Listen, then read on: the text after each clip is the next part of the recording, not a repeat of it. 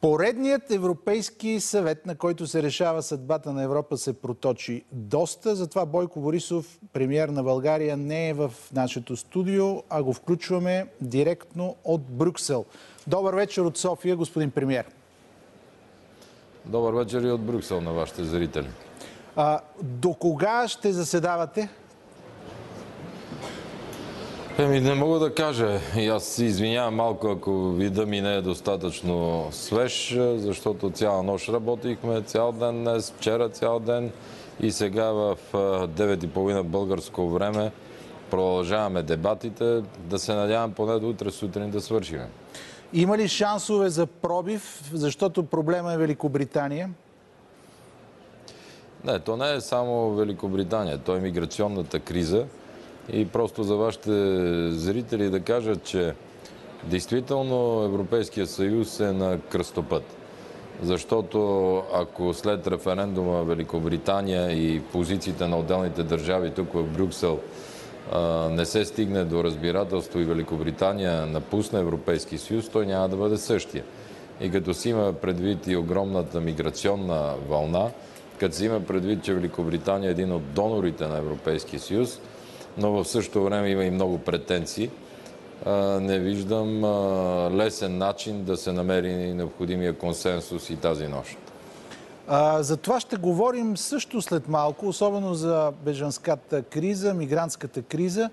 Обаче българите чакат от вас, като че ли, да отговорите на следния въпрос. Влизате ли във война вътре в България? Във война с Пеевски? Аз не влизам във войни никога.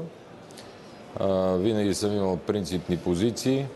Винаги съм отговарял не само пред своите избиратели, а пред всички, които така или иначе ги управляваме в момента. И най-важното за мен е да ми е чиста съвестта, да са ясни действията на правителството, да няма никакви съмнения. И там, където се породат или там, където считам, че би могло да се направят по-добре, а още повече сега имаме и нов закон за обществените поръчки, така че всичко да си мине по новия закон, мисля, че правилно постъпихме и това се одобрява от хората. Сега има един въпрос, който обаче трябва да изчистим сега. Става въпрос за разделянето на България от Румъния. Има ли такова нещо? Нека да припомним първо какво каза вчера Жан-Клод Юнкер, председател на Европейската комисия.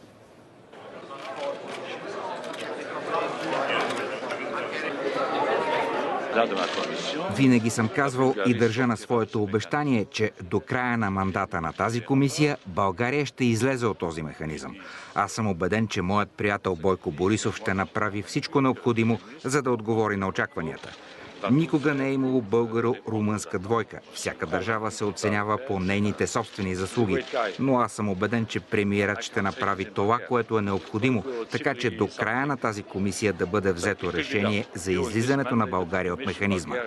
Защото обичам много българския премиер, който е приятел и брат. Това е един много сериозен човек. Въпросът, господин Борисов, е защо Юнкер ви даде този бонус вчера? Защото ви е приятел, както казва, или защото ви е казал да тръгнете срещу Пеевски и вие сте го послушали? Вижте, това са и спекулации, и глупости, и вече ми омръзна и да се кълна по тези теми. Нека да бъдем малко по-точни. Спомняте си, в предишното ми правителство България толкова драстично изпреварваше Румъния, че тогава нашия доклад беше направен мониторинг доклад на година и половина да има доклад, докато румънците ги направиха на всеки 6 месеца. За съжаление, ние в тази една година, която мина, изхабихме много енергия само за промяна на Конституцията и там се направиха много добри неща, които тук се отчитат и хората много ясно ги знаят. Това е разделянето на Висшия съдебен съвет на две колегии, съдийски и прокурорска, съдии да избират съдии, прокурори, засилена роля на инспектората. От тук нататък главния прокурор да се отчита пред парламента.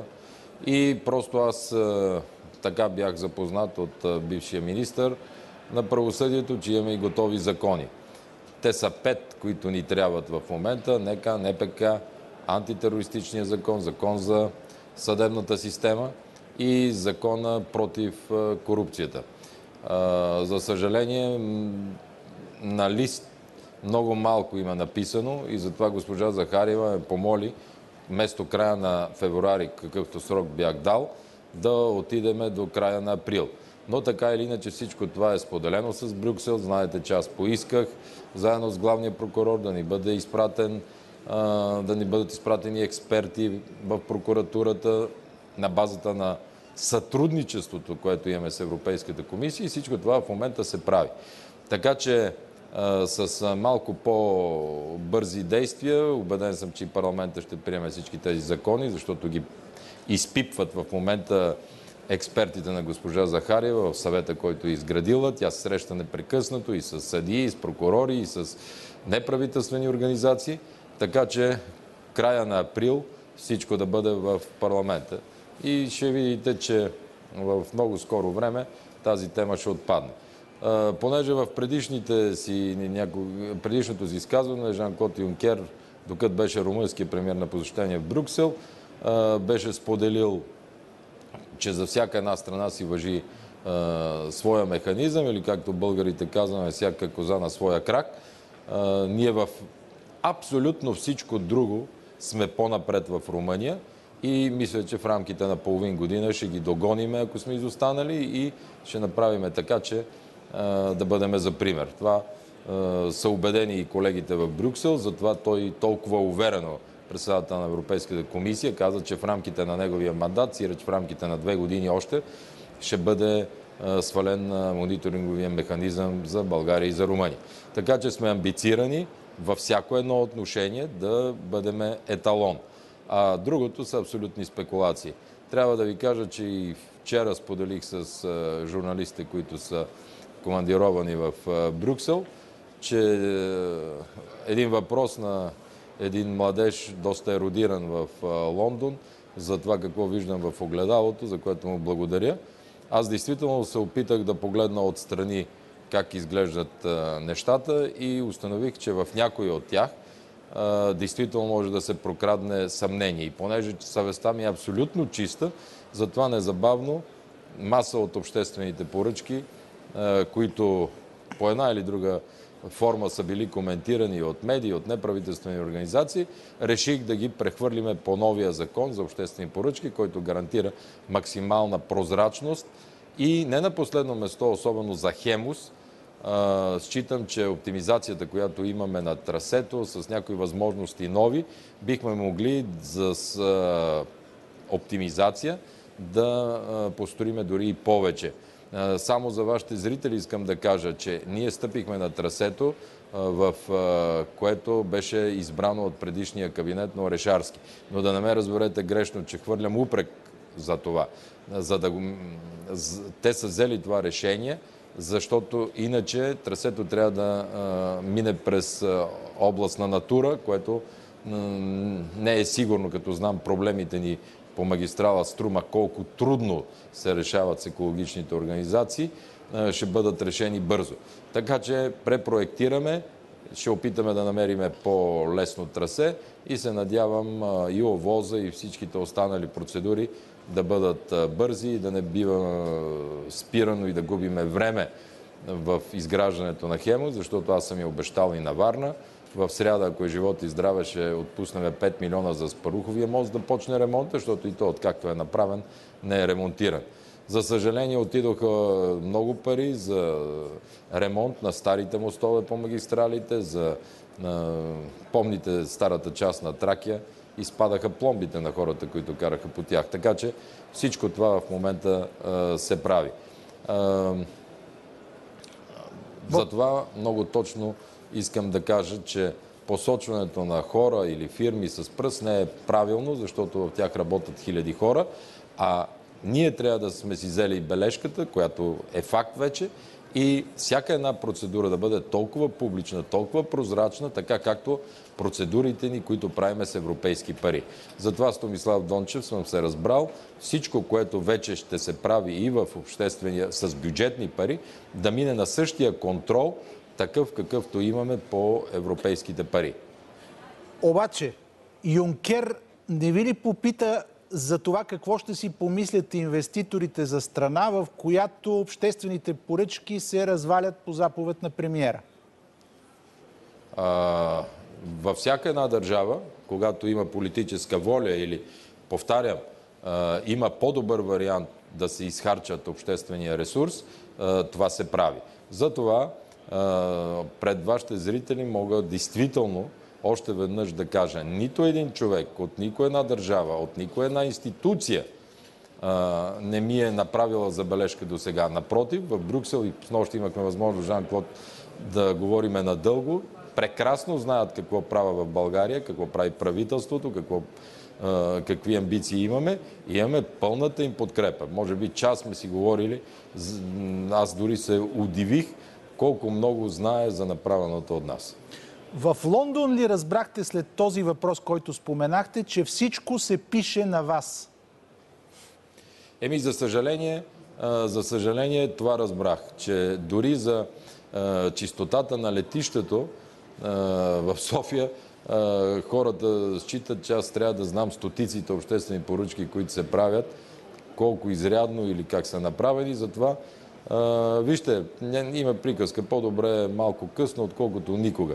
И затова благодаря на тези, които изпращат сигнали и веднага изпращам проверки в момента, в който установят, че би могло дадена дейност да не се аутсорсва, както в случая, да се направи така, че хората да взимат и по-добри заплати, както в случая, не виждам лошо да се направи. В края на краищата хората ни избират да носим и политическа отговорност и след като ми задават на мен въпроси за обществените поръчки, аз съм длъжен, когато повтарям, дори законосъобразни, да намеря инструмент, с който да ги върна обратно, за да няма никакво съмнение в тях. Мисля, че не заслужавам упрек в това отношение.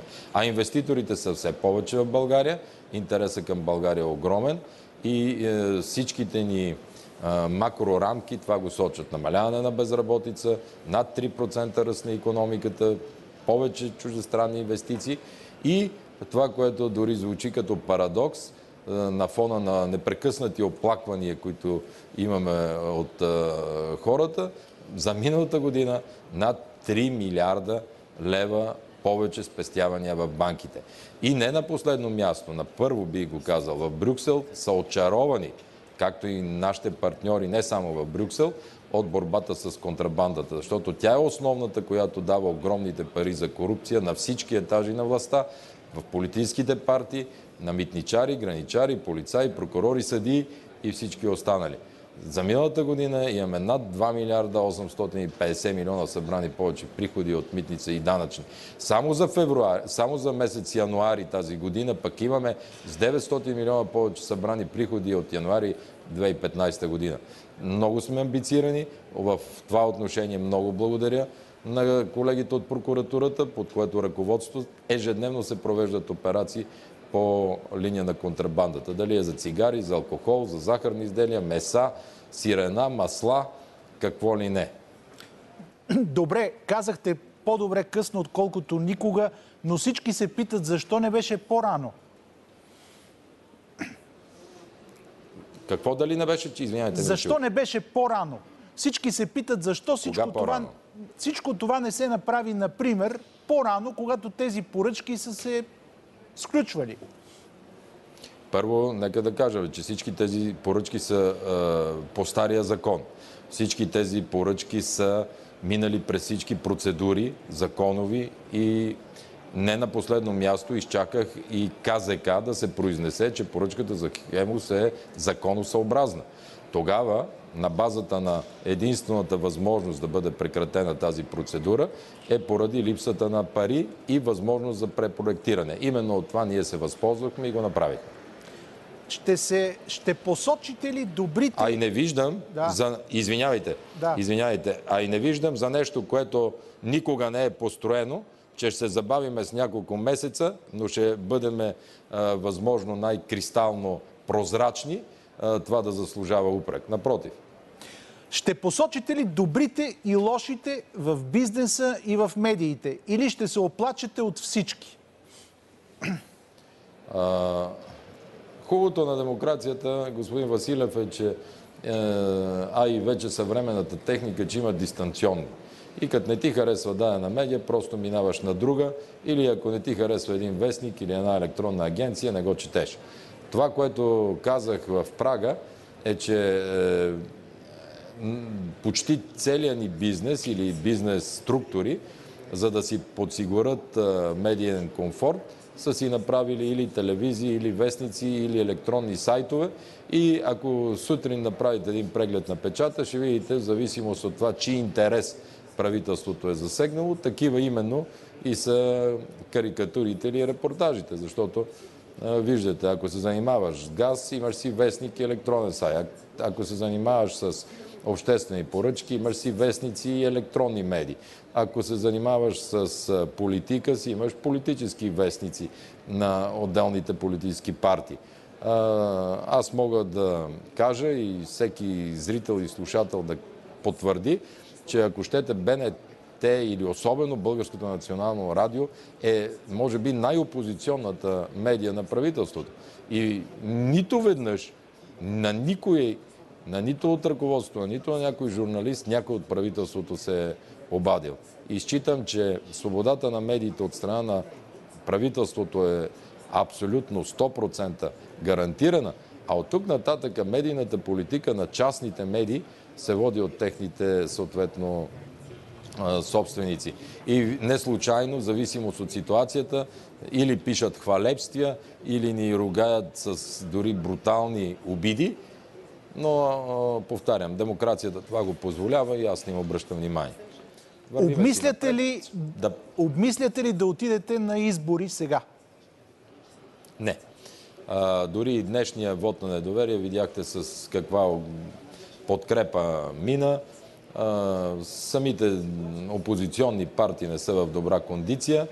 Ако някой има интерес от избори в момента, това е само ГЕРБ, за да усили позициите си в парламента, но народа няма да одобри това. Заради по-голям комфорт на управление, ние да тласнем държавата в няколко месеца отново служебно правителство, да похарчиме 50 милиона за нови избори, вместо тези 50 милиона, както сега за Великден, повече от 50 милиона даже ще дадеме на българските пенсионери, а само преди няколко месеца пак дадохме бонусите и за Коледа.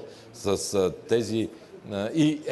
тези избори да се получи горе-долу същото в парламента. Може би няма някои партии да влязат, но пък може да влязат други. Така че нищо по-различно няма да се получи. Затова аз, както многократно съм казал, не възнамерявам да се кандидатирам за президент и не възнамерявам аз да предизвиквам предсрочни избори. Огромна амбиция имаме и се радвам, че всичките ми министри, понеже разговаряхме тези дни много с тях, са амбицирани да покажат добри резултати. И в много от сферите вече ги има. Господин Борисов, още един нюанс в цялата ситуация. На вас поне турската държава каза ли ви какво има против Пеевски и против Доган? Защото вие си говорите с Ердоган, вие си говорите с Давутоглу. Макар и трудно разбрах въпроса ви. Турската държава е наш съсед. Ние имаме, мисля, че достатъчно добри колегиални отношения и с техния президент, макар че с него по-рядко се чувам последните години, докато с Давутоглу, даже и днес щяхме да имаме среща, но заради терористичния акт в Турция, където те останаха, той не дойде в Брюксел и за това ще има на 5 март в Брюксел среща Европейски съюз Турция. Използвам случай още веднъж да изкажа своите съболезнования на целия турски народ и особено на семейството на убитите офицери. От тук нататък мога да твърдя и понеже до сега може би го забравиха, никой не ме пита, когато беше Давутоглу в София, ние направихме една среща тогава и поканих и господин Местан, макар и в опозиция, да каже и че отношенията ни с българските мюсюлмани са прекрасни, че вече не само ДПС е изпратил в управлението и в парламента представители на този етнос, но в ГЕРБ ние вече имаме министри, имаме заместник-министри, областни управители, кметове, общински съветници и в много, дори изцяло с мюсюлманско население, общини като Никола Козлево, по Силистра, Алфатар, Дулово, на много места ГЕРБ спечели десетки хиляди избиратели от този етнос и вече имаме и депутати от там. Така че разговорът ни е бил изключително принципен, че не бива да има никакви намеси във вътрешните работи, че ние сме достатъчно грижовни за всички етноси в България. Те са не само равнопоставени, участват и в управлението на държавата. Беше един много добър, много толерантен разговор, в който по никакъв начин ние не сме упрекнали. Напротив, тогава аз на господин Давутоглу му казах, че ние с ДПС не можем да управляваме заедно, но това не пречи да имаме нормални, колегиални отношения, за да бъде етническия мир максимално защитен. Защото аз съм ви казал, като млад офицер съм участвал за опазване на реколтата Дулово, Каолиново, Разград, когато беше възродителният процес и съм виждал как за минути, за часове избухва невероятна връжда. Тогава стотици хиляди хора бяха изселени и видях как цели населени места остават като пустош и вечерно време са като села призраци. Така че и в тази сфера мисля да не преекспонираме желанието на турската страна и да има влияние в някои от българските партии. Действително има партии, които са по-мили на Русия, други са по-мили на Америка, трети са по-мили на Турция или както на ГЕРБ пъпната връв, дет се вика, е свързана с Германия, защото и фондация Ханс Зайдел, и фондация Конрад Аденауер обучава непрекъснато и в момента нашите младежи, нашите старейши, нашите жени и харчи хиляди евра за подготовката на младите български политици от ГЕРБ. Така че разбирам колко би било, как да го нарека, пиперливо, жълто да изкараме някакви новини, но с премиера Давутоглу имаме ясни отношения. Чухме се тогава, аз му гарантирах, макар че Националната служба за охрана е към президента, но комисията е представена, имаме двама члена в нея, това е шефа на ДАНС и главният секретар на МВР, и ги помолих във връзка с напрежението, което беше възникнало, а има и достатъчно основания за това на господин Местан да му бъде оставена охраната, защото това е добре и за стабилността в държавата. Така че не намирам и тук място от нещо задкулисно, нещо, което да е извън общественото полезрение. По-скоро аз питах дали българската държава ще защити Пеевски и Доган срещу Турция от ситуацията, която сега се създаде. Аз това, което помолих външния министър да ми доложи, нямаме към момента такава информация, официално потвърдена. Така че всяка държава има своите права да забранява или да не забранява на чужди граждани да влизат. България има също свое такова право и ние многократно сме го процедирали. Но те официално ни отговориха, че към този момент нямат коментар по темата. Затова повтарям, ние с Турция сме съседи. В Турция има 2 милиона бежанци. Ако намерите няколко минути да поговоря и за миграцията, считам, че това е нещо изключително важно и Европейския съюз се обединихме, че с Турция трябва да се работи и то изключително близко, защото това е една възможност мигрантите да не влизат в Европа, да останат в горещите точки там. Това исках да ви питам. Дали Европа иска България да стане нейната телена ограда? Питал съм ви и преди. Има две позиции, особено на Вишеградската четворка, които са готови дори и пари да дадат, и техника, и България веднага да загради гръцката граница. Аз многократно съм казвал, че съм против оградите вътре в европейските страни, а камо ли в държави, които дори са член на Шенген, като Гърция. Но и вчера това, което дълго говорих на съвета и поисках отговор от колегите, не ми беше даден, е следния. Моята позиция е незабавно днес да се затворят абсолютно всички външни граници на Европейския съюз. Не само българо-турската, и горе на Финландия, и Албания, и съответно тези, които са на Македония и Гърция. Считам, че е пагубно в момента това, което се прави, една по една държавите да изграждат заграждения и то вътре в сърцевината на Европа. В същото време обаче и за това направихме и съвета на 5 март. Аз очаквам до тогава отговор. Какво ще правиме с мигрантите, които непрекъснато прииждат?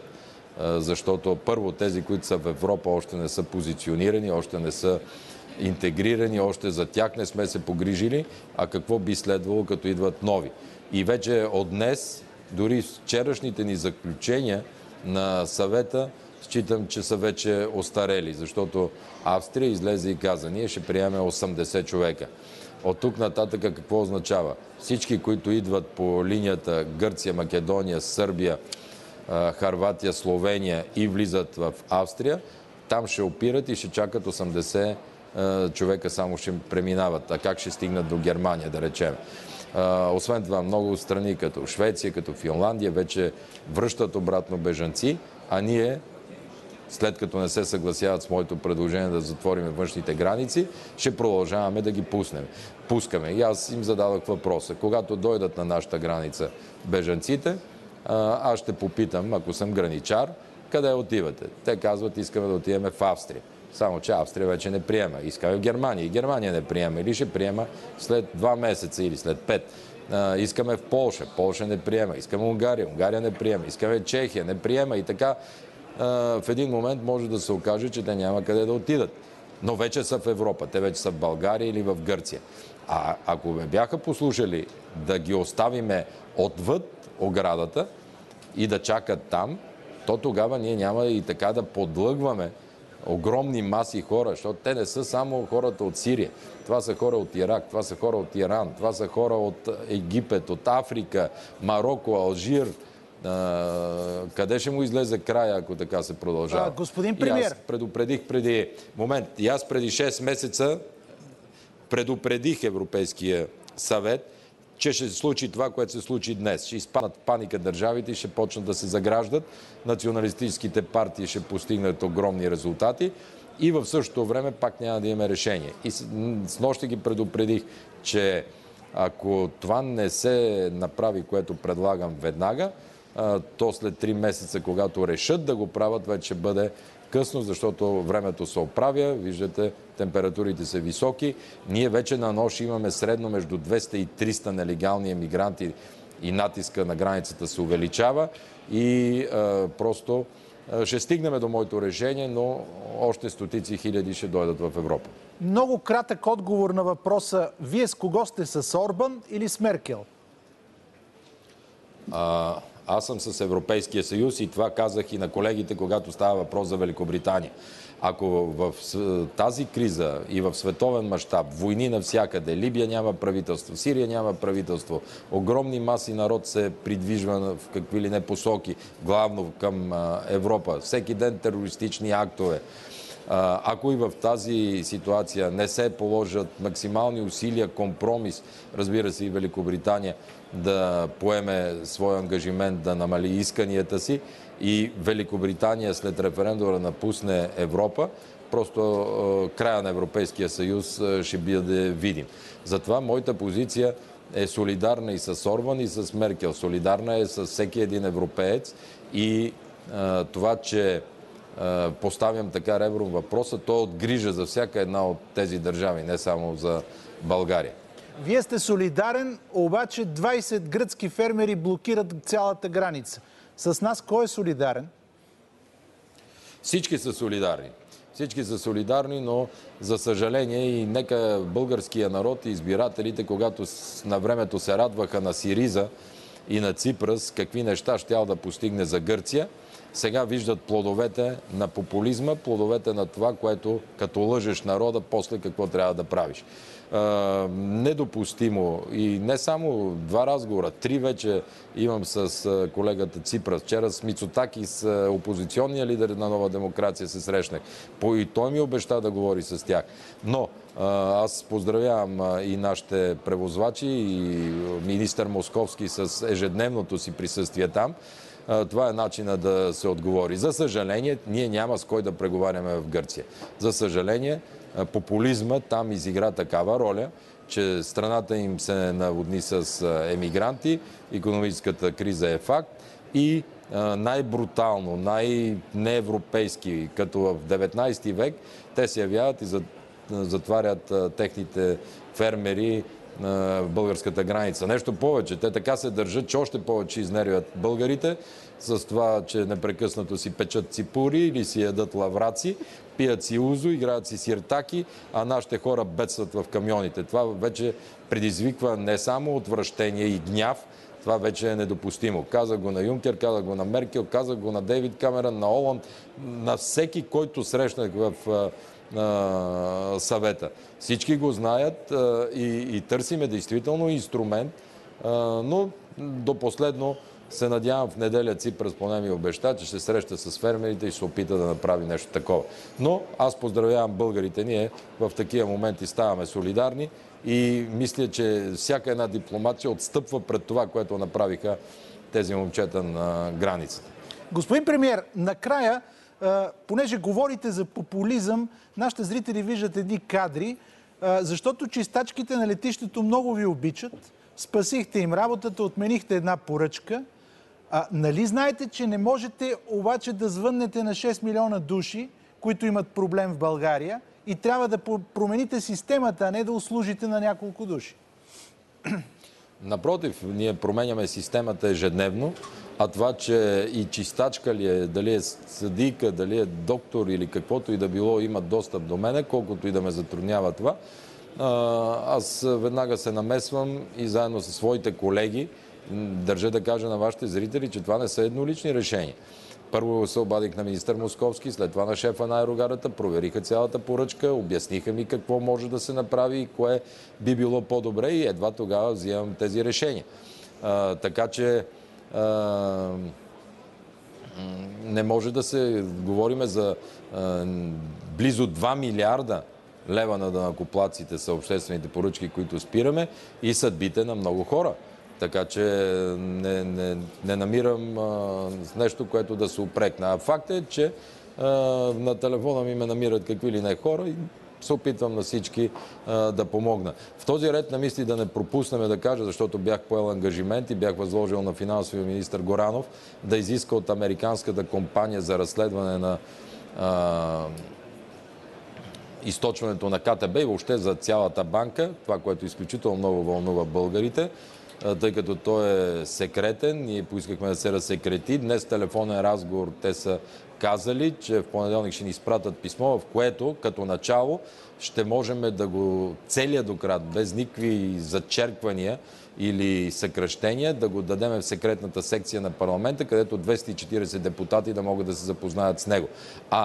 Паралелно с това полагаме усилия да можем да ги качим и на сайта на Финансово министерство. Към този момент за това нямаме съгласие, но аз мисля, че при този разнороден парламент, вкараме ли го в парламента, всеки ще може да го прочете, да го разкаже и съответно да се запознае с него. Още повече, че има и комисия парламентарна, която може да стъпи на него и да направи необходимите предложения. Считам от това, което поне зная, и истински се надявам, че прокуратурата ще потърси на основните виновници, които са за източването на КТБ, а това е управата на Българска народна банка, която отговаря и за банковия надзор.